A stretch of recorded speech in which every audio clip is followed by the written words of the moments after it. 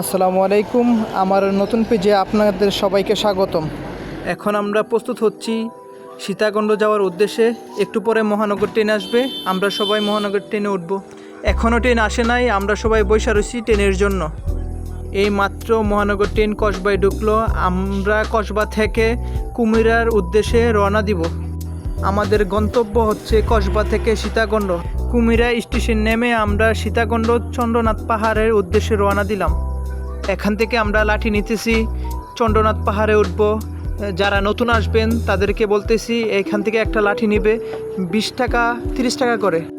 এখন আমরা পাহাড়ের উদ্দেশ্যে আস্তে আস্তে রওনা দিলাম, উপরের দিকে উঠতেছি। দেখতে থাকুন আপনারা। এই চন্দ্রনাথ পাহাড়ের অনেক নাম আছে। বিদেশ থেকে, বিভিন্ন দেশ থেকে ফরেনাররা আসে এখানে ঘুরতে। এই পাহাড়ের ভিউ অনেক সুন্দর। যারা নতুন আসবেন তাদেরকে বলতেছি খুব সাবধানের সহিত পাহাড়ের উঁচু জায়গায় উঠবেন, যাতে করে আপনাদের কোনো প্রকার দুর্ঘটনা না ঘটে।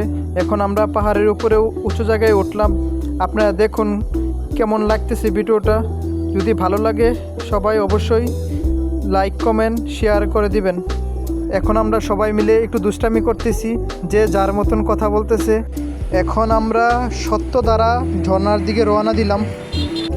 চন্দ্রনাথ পাহাড় থেকে সত্যধারা সিনজি আপনাদের থেকে ভাড়া নেবে 300 টাকার মতন। এখন আমরা সিনজি থেকে নেমে সত্যধারা ঝর্ণার দিকে রওনা দিলাম। অনেক উঁচু জায়গা, সবাই সাবধানের সহিত উঠবেন। এখন আমরা উপরে উঠতেছি, সবাই ভিডিওটা দেখেন, এনজয় করে যাবেন। জায়গাটা কেমন কার কাছে লাগলো? আমাদের কাছে খুব ভালোই লাগতেছে, জায়গাটা খুব সুন্দর। আমরা সবাই এনজয় করলাম একসাথে, খুব মজা পাইলাম। এখন একটি বুট আসবে, বুট আইসা সত্যধারা ঝর্ণার দিকে আমাদেরকে নিয়ে যাবে। এখন আমরা সত্যধারা ঝর্ণার দিকে যাইতেছি। দেখেন পানির ভিউটা খুব সুন্দর।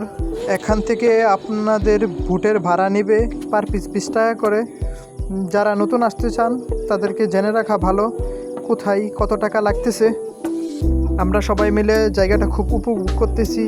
জায়গার ভিউটা খুব সুন্দর দেখাচ্ছে বোট থেকে। দেখুন পানিটা খুব স্থির হয়ে আছে আর সবাই গল্প করতেছে। সামনে একটি ঝর্ণার মতো স্রোত দেখে আমরা নেমে গেলাম ছবি ওঠানোর জন্য। জায়গার ভিউটা খুব সুন্দর। এটা হলো সত্যধারা ঝর্ণা। এখানে পানির স্রোত অনেক বেশি। দেখুন কিভাবে উপর থেকে পানি পড়তেছে। আমরা যেই দিন গিয়েছিলাম ওই দিন আকাশ মেঘলা ছিল, অনেক বৃষ্টি হচ্ছিল। এখানে পানির স্রোত অনেক বেশি। আপনারা সবাই দেখে শুনে সাবধান সহিত নামবেন। এখন আমরা সবাই গুলিয়াখালী ব্রিজের উদ্দেশ্যে রওনা দিলাম। সিনজিতে ভাড়া নিল 250 টাকা। যারা নতুন যাবেন তাদেরকে আবারও বলতেছি, সিনজি ভাড়া হচ্ছে 250 টাকা। এখান থেকে বুটের টিকিট কেটে আমরা গুলিয়াখালী ব্রিজের দিকে রওনা দিলাম। পার টিকিট 50 টাকা করে নেবে। আপনারা দেখেন ওয়েদারটা কত সুন্দর। এখন আমরা গুলিয়াখালী ব্রিজে এনজয় করতেছি।